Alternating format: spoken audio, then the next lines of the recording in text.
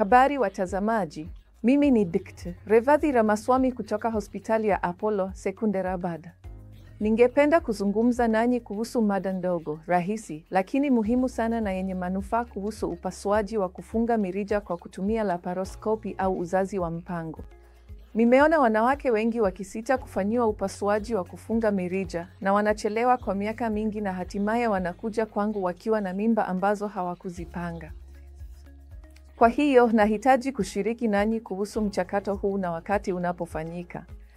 Upasuaji wa kufunga mirija kwa kutumia laparoskopi ni upasuaji unaofanyika pale unapokuwa umemaliza kupata watoto na hutaki kupata watoto zaidi.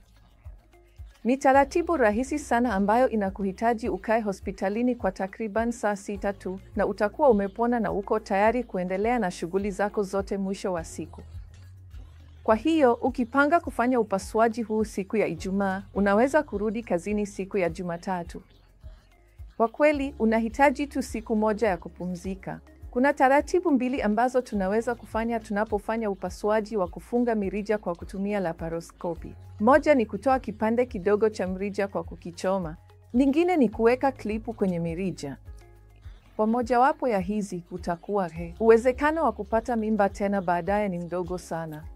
Kuna uwezekano wa kushindwa kwa njia hii pia, lakini ni nadra sana kutokea.